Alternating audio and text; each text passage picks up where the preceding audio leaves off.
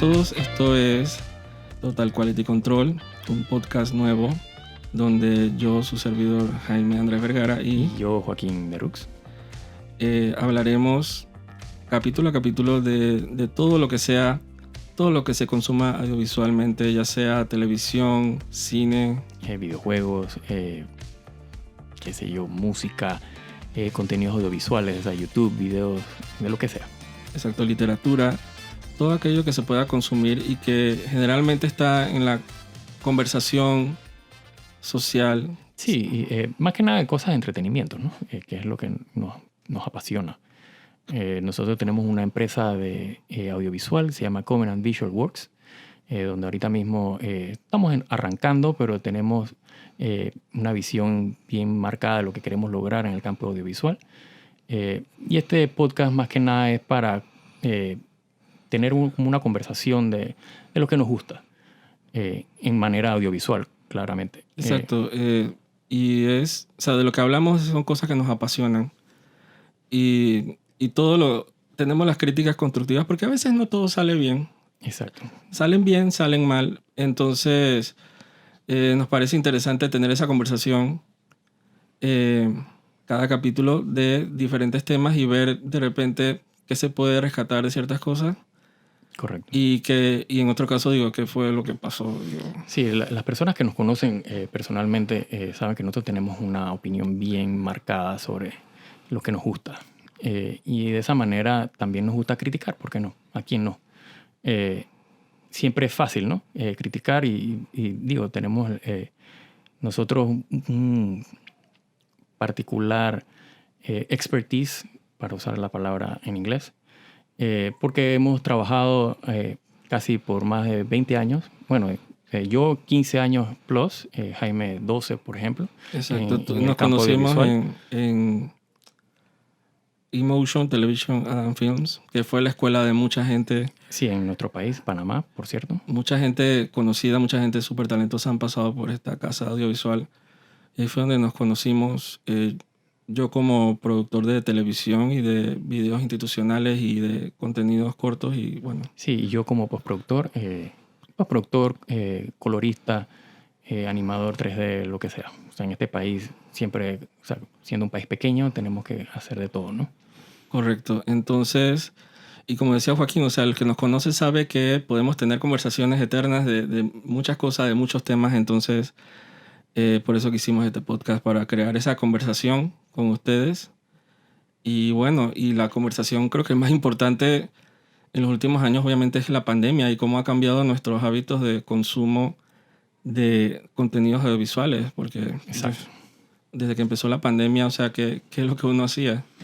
Sí, no quedaba más que nada que ver Netflix, YouTube, ver series de televisión donde sea, ver películas, y con la llegada de Disney Plus y de otras marcas que decidieron sacar su servicio de streaming, o sea, ver, o sea, inclusive películas que antes iba uno al cine y entonces ahora uno termina viéndolas en las casas, ¿no? Entonces, de esa manera ha cambiado bastante la forma de consumir el contenido audiovisual, sobre todo el cine, las películas, ¿no? Sí, yo me acuerdo, o sea, yo tengo varios años yo creo que tú también, con la cuenta de Netflix. Creo que Netflix fue el primer streaming que salió, sí, por lo acá, menos en Panamá, ¿no? Sí, exacto. Que la gente se suscribió, creo que no recuerdo, que hace como 6 años. Sí, no me voy a acordar ahorita mismo. Bastantito, no, porque Orange is the New Black, creo que llegó a la 6ª temporada. Y era una temporada por año y se acabó hace como 2 años. Así que uno con la tontería y media, Netflix tiene bastantes años. Correcto. Porque me acuerdo que la primera serie que vi fue Orange, que es una serie que se la recomiendo. Es bien buena, es un poco fuerte. Sobre la historia de unas reclusas en una cárcel de mujeres en Estados Unidos. Pero esa fue una de las primeras series que como que de streaming que empezó a que la gente levantara la mirada y tomara en serio el streaming, porque la gente antes no lo tomaban en cuenta. Sí, no tenía el auge que tiene hoy día, obviamente, por la pandemia, ¿no? Entonces, definitivamente que inclusive el contenido de las plataformas ha cambiado también. Sí. Y ahora entregan más películas en el contenido, en Netflix, por ejemplo, películas hechas explícitamente para Netflix. Y bueno, de esa manera queremos conversar un poco de cómo cómo ha afectado también el consumo, ¿no? O sea, la ida al cine, por ejemplo. Cómo ha variado. O sea, las necesidades de ir al cine se han alterado por la pandemia, pero la necesidad de consumir el contenido que uno veía en el cine no varió, inclusive aumentó. Porque, o sea, estando encerrado uno no tiene muchas cosas que hacer, entonces ¿qué le queda más que ver televisión y ver películas, ¿no?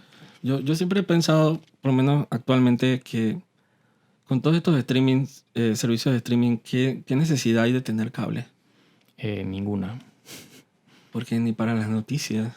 Bueno, yo en lo particular yo no veo televisión abierta, por ejemplo, y cable menos. Yo creo que uno de los pecados más grandes que yo puedo decir es que soy un productor de televisión que no ve mucha televisión o local, pero de la manera que yo sí la consumía hace años. Sí, o sea, ha habido como un exacto. shift a otro tipo de manera de entregar contenido, ¿no? Sí, el contenido on demand, pues, como se diría. Sí, yo digo, igual consumo televisión de otros países, pues, pero, También. O sea, para mí, pero no en la programación de que al día y la hora que uno se sentaba enfrente de la televisión y Sí, que, bueno, yo- viene tal programa, voy a verlo, ¿no? yo O me sea, acuerdo cuando salió Lost en el 2004, yo tenía que... yo no lo bajaba como otra gente, como que se le hacía más fácil. Yo tenía que perseguir el horario correcto. en AXN. Sí, sí. Yo la veía en ABC porque por algún motivo Bueno, la compañía de cable que yo y tenía te- contratado, o sea, tenía ABC. Y estabas y que al día. Pero yo tenía que verla, exacto, o sea, sentarme enfrente de la televisión a las 7 de la noche que empezaba el Ajá. programa, los lunes, y estar ahí que, bueno, voy a ver Lost.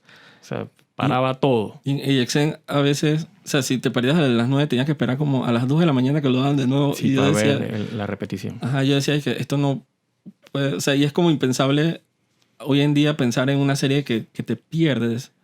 Sí, Porque lo exacto. más que le puede pasar a una serie en un streaming service es que la quiten. Correcto, y eso pasarán varios meses. Que es lo que acaba de pasar con un pocotón de series de Marvel Es correcto. que pasaron de Netflix a Disney Plus. Ah, no, pero aquí pasaron a Star, yo creo. Bueno, la verdad no sé. Star es como la versión adulta de Sí, de Disney, Disney Plus, Plus, que es de que correcto. Fox. Correcto. Porque dijeron que lo había pasado, entonces me metí a Disney Plus y a buscar la serie y no había nada. Eso es lo más que puede pasar, que mi serie desapareció o la película desapareció por cuestiones de Sí, lo único que quedaba era comprar el box set de DVD Ajá. o Blu-ray para tener la Pero- colección, pero eso sí de verdad valía la pena la serie, que al final, después de 7, 8 temporadas, te das cuenta que no servía para un carajo. Sí, entonces o sea, era en los 2000 eso era otra situación. Es Era otra- impensable hoy en día exacto. tener Sí, que perseguir una serie. O sea, Sí, hoy día es tan fácil como prender la televisión, poner Netflix y browsear el contenido y ahí está la serie. y obviamente Y digo Netflix, pero me refiero a cualquier plataforma de streaming, que ¿no? ahora O sea, hay Disney millones, Plus, HBO Max, etcétera. pero yo creo que fue en el 2011 cuando salió Game of Thrones que obviamente Netflix no existía. O sea, sí existía en Estados Unidos, pero era como un servicio de renta Correcto. de películas que te lo llevaban a la puerta y todo. Sí. Que no, Sí, que- acá nunca Pero- vivimos eso. Pero yo no sé desde qué año HBO Go fue que salió, que entonces la gente empezó a decirle que, hey, ¿para qué voy a sentarme a ver HBO si lo puedo ver en un programa de Sí, streaming? puedo equivocarme, pero me parece que desde que arrancó Game of Thrones creo que ya había Me HBO parece, Go, ¿no? Me parece. Pero digo, puede estar equivocado. Pero de las primeras series que Sí, yo recuerdo, en el peor de los casos, si no fue en la primera temporada, en la segunda arrancó, por lo menos aquí en fue una Panamá. de las primeras series que fue como que la manera de verlo era de que, Sí, o sea, igual era una serie que yo veía religiosamente los domingos, a las 9 de la noche creo que la daban. Pero yo terminaba o sea, repitiéndola, o sea, la volví a ver en HBO Go, porque definitivamente, o sea, sobre todo las primeras 3 temporadas, que eran las mejores, o sea, valía la pena como que volver a verla o sea, y eso que ya yo me había leído los libros, por lo menos hasta donde iban los libros en ese momento, que ese es otro tema. Pero, o sea, era algo que uno hacía con un horario. O sea, que uno se tenía que programar y tenía que decir, ok, a tal hora, tal fecha, no existo, voy a ver mi serie favorita. Hoy día, o sea, eso ya no existe. O sea, hoy día yo puedo no tener o sea, en cualquier momento yo puedo acceder o sea, al contenido, pues. Y de esa manera... y lo curioso es que antes eran series de televisión que ya de por sí estaban confinadas a la televisión, pues. Hoy día pasa lo mismo, pero con películas. Y entonces uno se cuestiona, ¿de verdad vale la pena ir al cine para ver una película? Sí. Y la verdad que eso es algo que quiero comentar, es que en los 2 últimos años de la pandemia, yo la verdad no he sentido la necesidad de ir al cine para ver ninguna de esas películas. ¿Cuál fue la última película que viste antes de la pandemia? Esa es buena pregunta, no me acuerdo. Yo creo que sé cuál es. ¿Cuál? Star Wars. En Nueva York. Rise of Skywalker, correctamente. Y fiasco total. Sí. Si hubiera tenido la opción de verla en mi casa el día del estreno, lo hubiera agradecido porque me hubiera ahorrado una plata. O sea, no para entrar en detalles, pero es como que tú pensabas y que, o sea, uno relacionaba al principio de la pandemia que el fin del mundo y que la última película que tuviera era esa película. Es horrible.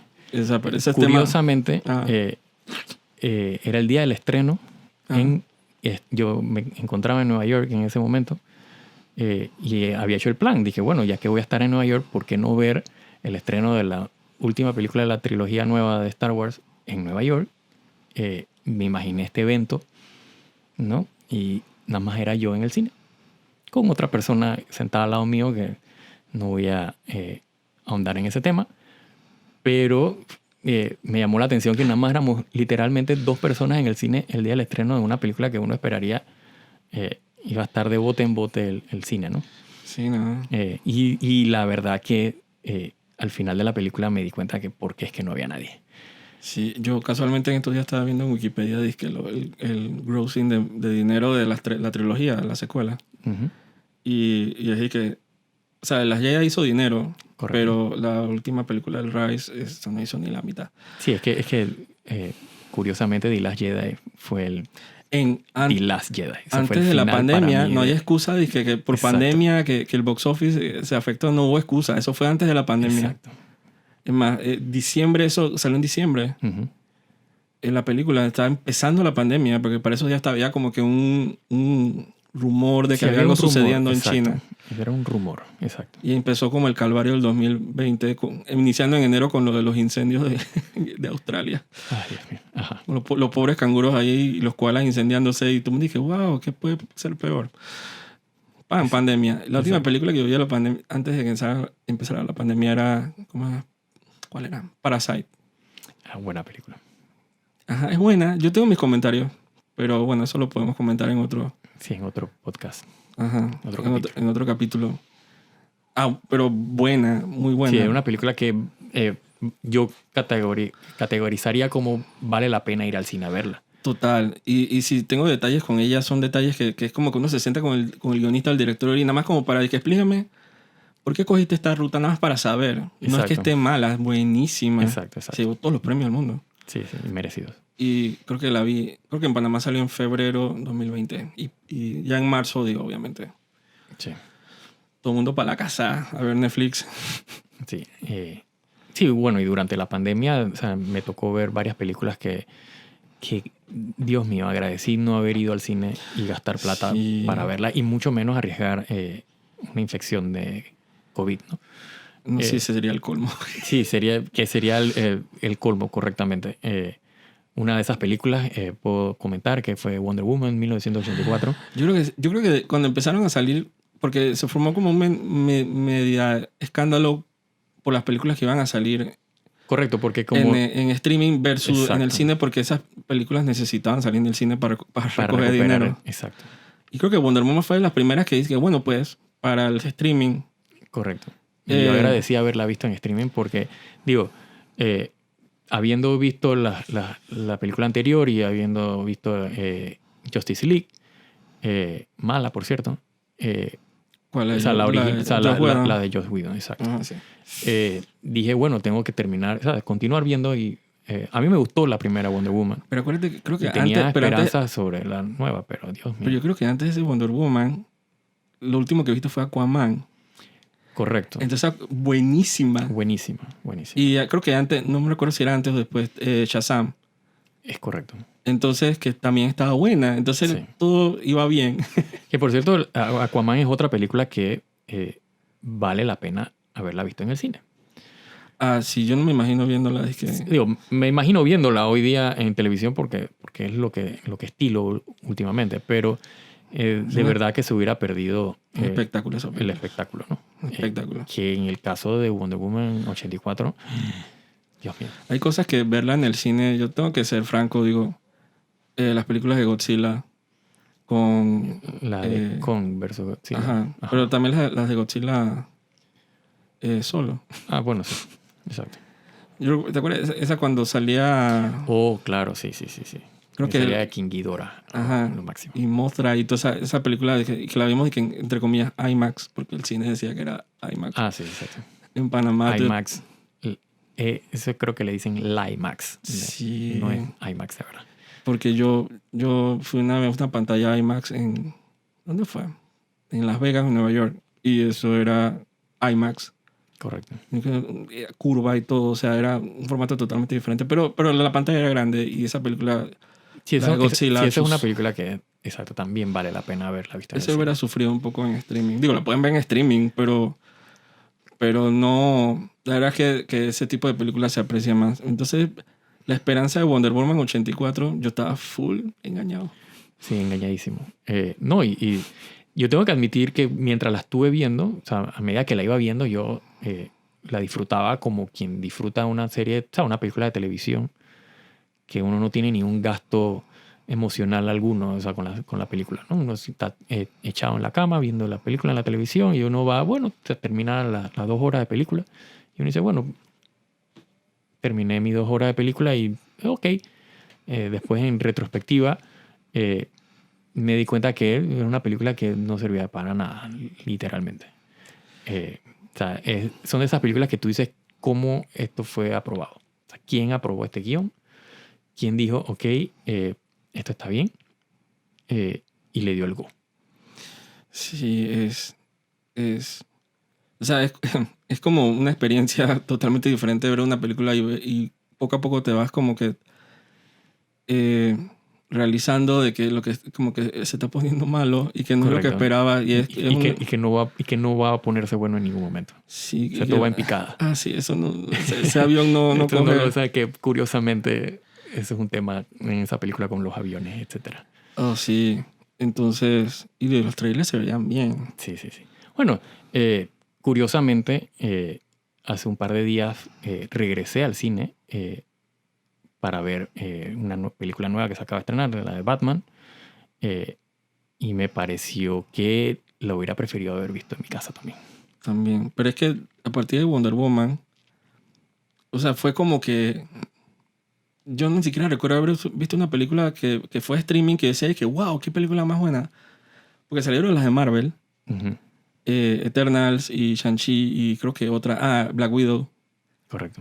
Que creo que pues, cuando salió Black Widow ya te estaban diciendo y que creo que los cines empezaron como a abrir. Sí, ya decían que okay, los primeros meses irá en el cine exclusiva, pero después te las tiramos. Ajá, que puedes ir al cine. Entonces son películas que la verdad es que...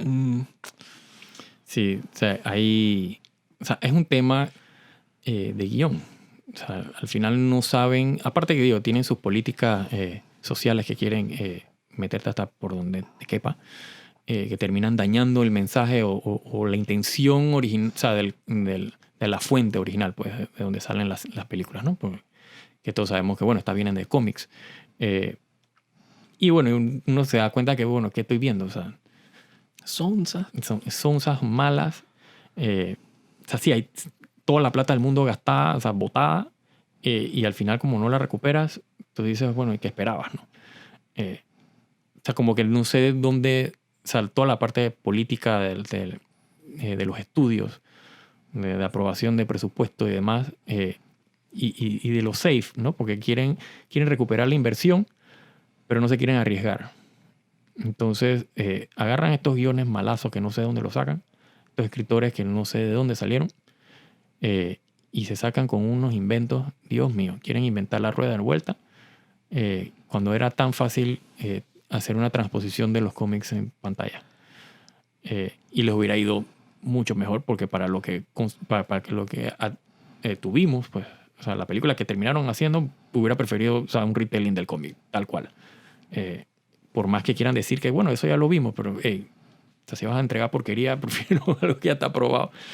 Sí, porque... y viniendo de obviamente, de Avengers, Claro, de Infinity War y Endgame, o sea, que este era como el inicio de la fase. Bueno, el inicio de la fase fue WandaVision. Sí, buenísima también. Buenísima. Entonces... Son esos flux, esas particularidades que de repente se sacan con una genialidad y uno se queda con la esperanza de que, coño, esto va cogiendo por buen camino y de repente se nos... Sí, no se era por ahí la descarriló. cosa.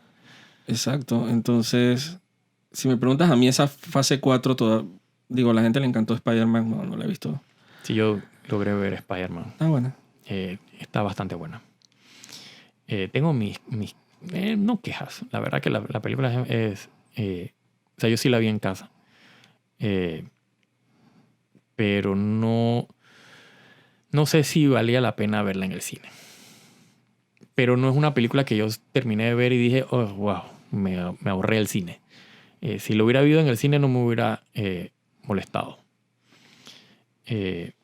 Digo, de lo que me gustó de la película es que tiene, o sea, lo que viene, pues, sobre todo en Doctor Strange y las posibilidades, ¿no? A ver si no se nos salen por la tangente y nos meten más propaganda política social. Es que yo creo que esa línea de Marvel, bueno, que no inició yo quiero pensar que no inició en la pandemia, sino es que se les dificultó por la pandemia. Porque yo me parece que leí que WandaVision los últimos capítulos tuvieron que hacer bastantes cambios por la pandemia. Uh-huh. Yo dije, bueno, pues es que ni modo. Y lo que conecta ella, esa WandaVision con Spider-Man, con Doctor Strange, está bien. Es correcto. Y Loki está bien. Sí. O sea, pero el resto que han sacado es filler, no le agregan nada. Entonces me dio mucha risa, digo, spoiler, la escena final de Shang-Chi, cuando se abre el portal Uh-huh. y el asistente de Doctor Strange, no me acuerdo cómo se llama. Wong. Ajá. El man dije, vengan, que hay que planear la próxima misión, dije, o lo que sea. Y como que ya tú sabes que anyway los van a reunir todos para una super película, entonces pero no sean tan obvios Sí. de abrir el portal y decirle como si fuera un asistente de producción, dije, oye, muevan que tenemos que grabar dije Avengers, o sea, que ya tantos aquí. Entonces yo dije, wow, o sea, pueden ser un poquito más orgánicos en ese aspecto. Sí. Porque yo siento que lo han llevado bien con lo de lo metafísico y el multiverso y eso, de lo que ha salido de eso. Correcto. El resto, digo, Eternals... Eternals sonsa, larga, innecesaria. Rara. O sea, no era el típica película de Marvel. Lo cual no está mal, que o sea, no tiene que seguir la fórmula, pero es algo que valga la pena, ¿no? Se echaron unas flores en el preámbulo. Correcto. De que la directora era una ganadora de Oscar. Sí. Que la fotografía que iba a ser diferente. Y lo que hicieron fue agarrar todos los atardeceres y que vino un atardecer, hay que grabar 30 escenas porque todos eran a contraluz. Entonces... Exacto. Sí, y que luz natural, pero... Y el personaje sin personalidad. O sea... Sí, siento que siempre pasa lo mismo. Se van por la parte visual y no por el guión. Yo siempre he dicho que guión. Todo lo demás es... Es que es muy safe. Yo creo que es el temor ese de salirse de la línea y hacer algo diferente porque el marketing te dice que la cosa no va por ahí. Exacto. Eso es lo que evita como que se hagan más de 4 cosas. Y cuando lo hacen, digo, espectacular, les queda bien la película. Sí. Pero bueno, curiosamente que fuimos al cine a ver Batman. O sea, ¿qué opinas de Batman? De ese Batman. Sí, de la nueva, ¿no? Exacto, la de Matt Reeves. Es que yo tengo como no un issue, pero una cosa con lo que sea que está tratando de hacer Warner y DC con el universo. Con DC. El universo, porque cada 2 meses sale una noticia de que quieren hacer otra cosa con el mismo personaje. Uh-huh. Entonces, a veces es difícil como que tomarlos en serio. Porque es como que a mí me hubiera gustado que siguieran después porque esa otra cosa que nos dio la pandemia fue la de Zack Snyder. Lo de Snyder Cut, disque de Justice League. A mí me encantó. Sí. Se notaba a leguas que la que tuvimos originalmente era, Sí, o eso sea, es una... era una abominación de director que no quería nada que ver con la película No, y hasta, y del estudio que quería poner su... no, y hasta abusó de los actores. Sí, O sea, todo ese es un otro tema, escándalo con... Sí. exacto. Para una película así de safe. Entonces sacan, bueno, este mamotreto de 4 horas y media. Y yo dije, yo tuve que verlo en 2 partes. Correcto. Para mí son dije, 2 películas. Sí, o sea, eso es una película que por más que tú digas que la quieres ver al cine no hubiera funcionado. Eso había que verlo en la casa, donde uno pueda poner pausa, seguir con la vida de uno. Sí, Y cuando uno se acuerda, estaba viendo Justice League, regreso. eso y nunca había termino. funcionado en el cine. De repente Sí, sin exacto. pandemia nunca hubiera salido. Exacto. Pero yo ojalá hubieran seguido esa línea. Y como que y la película esa, la versión de Snyder, como que hinteaba, Sí, esa exacto. palabra no existe, como que daba como preámbulo a más cosas al final. Sí, al final quedó en nada, ¿no? El universo está fracturado porque entonces viene película de Aquaman, que todavía está en el universo de Snyder. Ajá, está, pero entonces Shazam, que todavía está todavía, en pero el entonces universo sacan de otras Snyder. cosas que entonces no están, Exacto. que son dije one-offs, dije Joker, Sí. que no me gustó la verdad. A mí sí me gustó, pero bueno. ¿En serio? Sí, a mí me gustó. La de Joaquín Phoenix. Sí. Pero, ok. Pero la película en sí no. O sea, no sé cómo explicarlo. O sea, me gustó el concepto de lo que querían plantear con el personaje. Y claro, toda la parte del mitos de Batman y de Gotham. Sí, es verdad, es verdad. La película de Joker de Joaquín Phoenix es buena, es buena. Lo que pasa es que era el tema que yo te decía de DC que está tratando de hacer este multiverse, Correcto. de irse por varios caminos. Entonces, yo era uno de los proponentes que Ben Affleck siguiera de Batman, pero bueno, no sucedió. Sí. Se tomó otro camino, él como que se desilusionó, como tú una vez me comentaste. Sí, o sea, de hecho la película esta de Batman que salió recientemente se suponía que iba a ser Ben Affleck. Pero bueno, por cuestiones de estudio o de él mismo, de Ben Affleck, al final decidió no participar de la película porque no llenaba sus expectativas. Pienso yo que más que nada es por su desilusión de la crítica de Batman vs. Superman y de Justice League, de Joss Whedon. Sí, él como que se desconectó de eso. Sí, se desconectó y dijo, no, esto no es para mí. Y simplemente se salió, pues no quiso más. Entonces Matt Reeves terminó recasteando al personaje y buscando a Robert Pattinson. Que no es que lo hizo mal. No, o sea, o sea, a mí me parece que la puesta en escena de Robert Pattinson como Batman fue servicial. Exacto. O sea, si a mí me no tengo preguntan... quejas de que ese no es Batman. No, para nada. O sea, me parece que visualmente la hacía, pues. Mi tema en esa película muy particular es con Bruce Wayne. Que el tema o sea, estaba muy grunge, muy emo, para mi gusto. Que puede ser definitivamente porque esta película está en el Year 2 de Batman. Como Batman. Pero no sé, siento como que no ameritaba, o sea, ese drama de él, de la muerte de sus padres, siento que, o sea, habiendo pasado hace 20 años, como que no me Exacto, sustentaba no. ese look de que no me gusta nada y que todo me cae mal y que, o sea, no le compré el Bruce Wayne. Es que yo siento que este Bruce Wayne, digo, fue como, para mí fue el menor de los problemas de la película. Digo, la película no es ofensivamente mala, que hay películas que uno siente que son tan malas que uno se siente atacado personalmente. Sí. Digo, podemos dar tantos ejemplos. Pero yo tenía como expectativas, pues. Y de hecho los reviews en internet no son malos. Uh-huh. Pero yo tenía una expectativa de poder sacar a Batman de este cliché de lo dark que debe ser la mitología de Batman, cuando en realidad hay que meterle 2 pizcas de campiness y 3 pizcas y 2 cucharadas de no te lo tomes tan en serio porque eres un... Sí, al final eres un dude disfrazado de murciélago corriendo por las calles haciendo qué. Y ese como que el edge y el... Sí.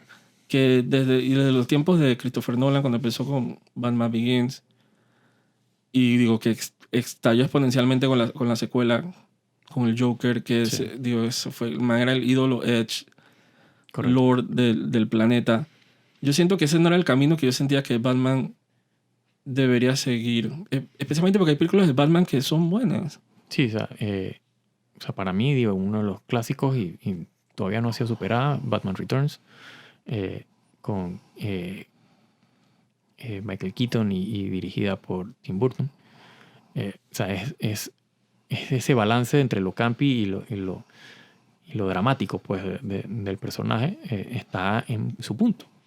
Exacto. Y todos los actores en esa película, Catwoman. o sea, Catwoman de Michelle Pfeiffer Lo siento. y Danny DeVito como el pingüino.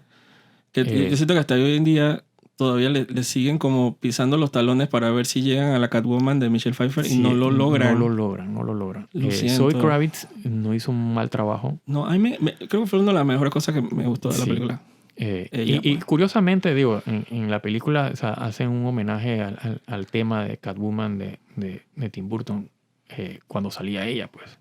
O sea, todo este juego con los violines y eso, o sea, no sería de pronto nota por nota, pero te daba ese feeling de la Catwoman de Batman Returns. Por lo menos, o sea, el tema musical. Que eso es otro tema con la película esta, que el tema musical de Michael Giacchino, que el tipo tiene todos los años del mundo y yo siento que pasó agachado en esta película. Sí, pero mira, ¿te acuerdas? Yo creo, porque fuimos a verla la primera película que veo desde que inició la pandemia en el cine, Uh-huh. que la fuimos a ver y que yo te comentaba que yo sentía como que él parecía que fuera una orden que le dijeron de que nada más ame este tema. Sí. Pero entonces yo leo en internet entrevista con el compositor y dice que él nunca se había sentido tan libre como en esta película. Y entonces yo digo, pero entonces, ¿qué pasó? Sí, cuidado que ese fue el problema. Se sintió tan libre que dijo, esto es todo lo que necesito hacer. Es que el artista al final siempre es medio raro, ¿no? O sea, ahí le faltó la mano del director y decirle, no.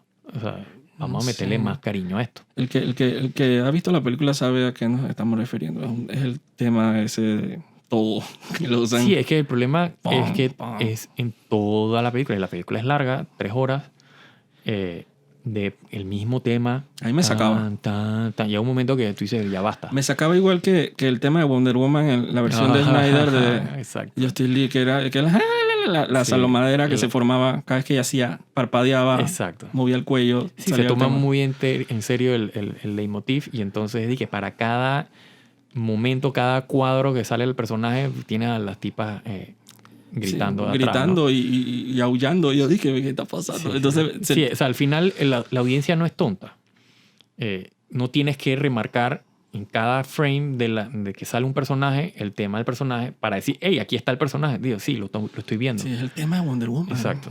Hay que ser un poquito más cariñoso con la música, ¿no? Y tener un poquito más de autocontrol.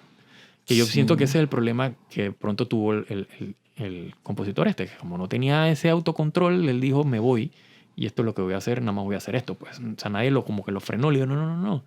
Vamos a hilar mejor la historia, vamos a usar más silencios, vamos a... No sé, o sea, no bombardear a la gente con el mismo tema una y otra vez. Exacto.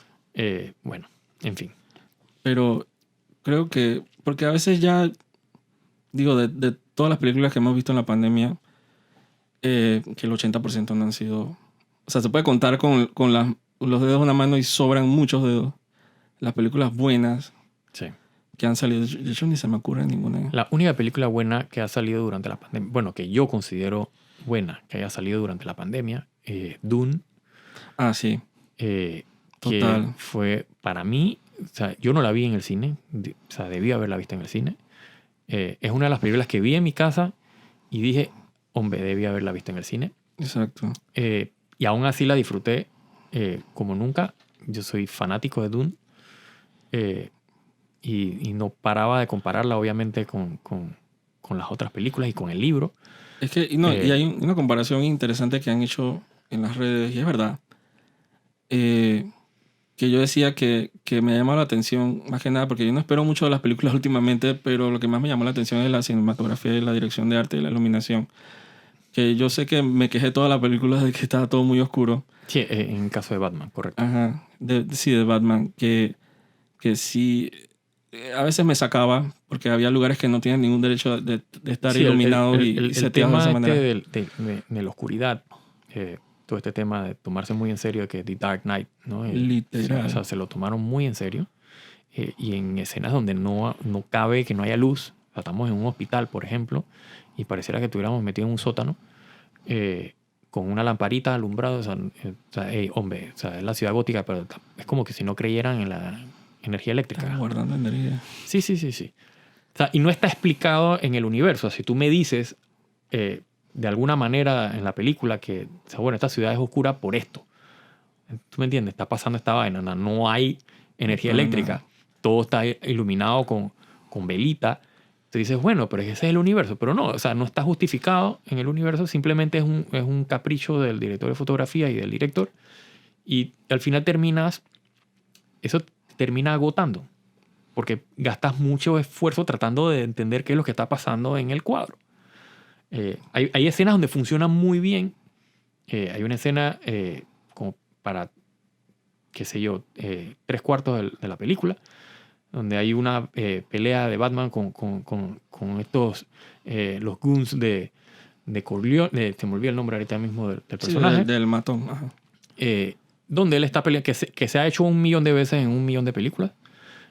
Donde solo lo ves en el momento donde sueltan las ráfagas de bala. Sí, está bien cool esa escena. Son momentos donde yo entiendo el uso de la oscuridad. No, y el inicio de la película, o sea, que hacen como una alusión, una comparación entre la oscuridad de los callejones de Ciudad Gótica, de Gotham.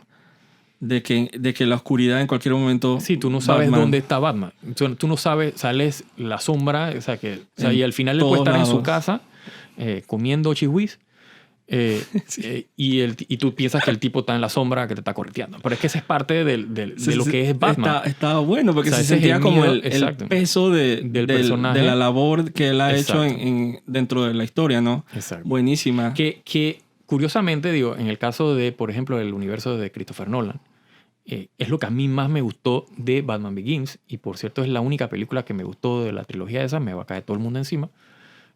Sí, me gustó la actuación de Heath Ledger como Joker, esa magistral, nadie se lo gana, pero la película nada que ver.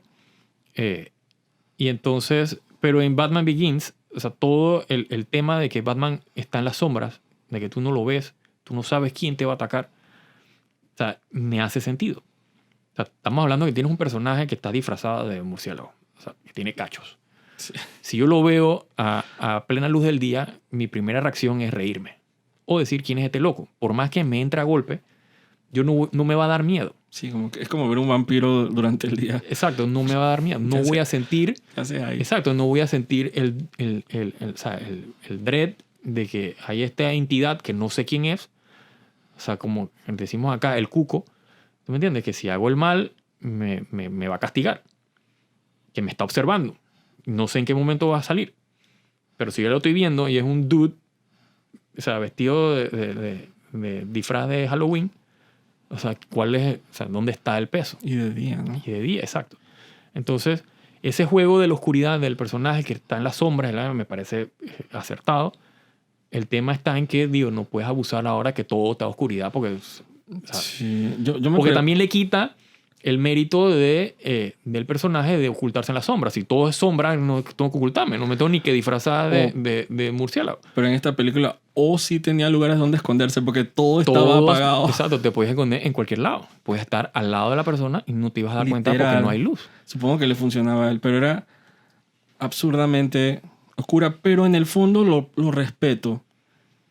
Era como que entendí la intención, no sé si fue efectiva, pero entendí la intención de que aunque sea tiene un norte, una dirección, de que el look de nuestra película y probablemente de una trilogía que obviamente lo van a continuar, eso es la intención, de que la identidad visual de esta saga nueva va a ser esta. Y eso yo lo respeto. Que haya sido efectiva... Sí, yo siento que o sea, la intención era buena, el delivery le faltó.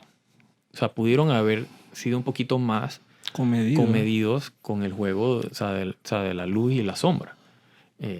Porque digo, o sea, parte de la sombra, o sea, para que haya sombra necesitas luz.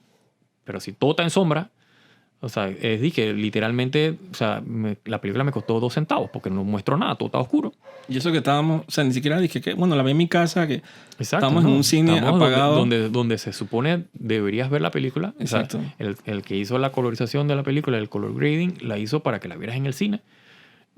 Y literalmente yo no veía, o sea, la mitad de la película me pasé tratando de descifrar qué es lo que estoy viendo. O sea, la película no tiene rango dinámico. Sí, Ese es el término. O sea, es todo oscuridad, todo momento, desde que arranca hasta que termina. Los momentos de mayor claridad al final eran ocasos y amaneceres. O sea, era literalmente no hay luz. Pero de que amaneceres de que 4 de la mañana. O sea, todavía no ha salido el sol. Y atardeceres de que 6 de la tarde el sol ya se fue. O sea, nada más está el blue hour. Y entonces, o sea, sigue registrando oscuridad. Pues. Entonces, yo siento que eso es lo que le faltó, más rango dinámico, o sea, escenas de, o sea, no tiene que salir Batman en las escenas de mayor luz, pero inclusive, o sea, Bruce Wayne también está metido en esta oscuridad. Y yo puedo entender si el personaje se pasa todo el día en la noche. O sea, hay un juego bien interesante del personaje, de que cuando sale en la mañana del día, el tipo literalmente no puede ver. Tiene que usar lentes oscuros en el desayuno cuando está con Alfred, porque o sea, hay mucha luz en el ambiente. O sea, yo entiendo la intención de lo que querían lograr con la película, pero siento que se fueron muy... O sea, se lo tomaron muy en serio. sí. Y te termina agobiando. Por lo menos a mí me terminó cansando. Y volvió, son 3 horas de... ¿sabe? Que inclusive dentro de la oscuridad, o sea, debes poder ver cosas. Porque, digo, o sea, al final es una película, no es un documental. Esa era como la comparación que yo hacía hace unos minutos con Dune. Correcto. Que yo siento que es ese mismo tipo de intención, pero bien hecho. Exacto. Bien realizado. Sí, o sea, en el caso de Dune... que es bien monocromático. Es monocromático, pero tú sientes... O sea, tú respiras. O sea, hay momentos... O sea, juegan... Digo, es otro director de fotografía y otro director y es otra película totalmente diferente. O sea, uno no puede comparar Batman con Dune, temáticamente hablando. Pero sí, el juego... O sea, la dirección de fotografía es muchísimo mejor. Porque, o sea, teniendo los dos una intención clara de lo que querían lograr, o sea, uno lo logró mejor que otro. Y definitivamente son películas, o sea, que una obviamente es, o sea, en el espacio, o sea, en otro planeta, muchos más efectos especiales, o sea, digitales, que Batman, que tampoco ahora Batman tiene que ser, o sea, todo CG, pero siento que, digo, o sea, debieron haber jugado más con la dirección de arte, o sea, más el contraste de luz. Bueno, casualmente me enteré que ellos usaron la misma tecnología de pantallas que usa la gente de Star Wars en Disney Plus para grabar los backgrounds. Que en vez de ser un chroma key es una proyección. Sí, una proyección de un render 3D. O sea, en tiempo real. Exacto. Que yo no lo noté en la película, mira. No sé. Digo, probablemente parte de esa oscuridad viene de eso. También. No, por lo menos las escenas de Catwoman con Batman en los atardeceres, cuando están como en una azotea. Estaba viendo el behind the scenes y sí no es chroma key, es literalmente lo que están grabando, es una pantalla con el background del atardecer de la ciudad.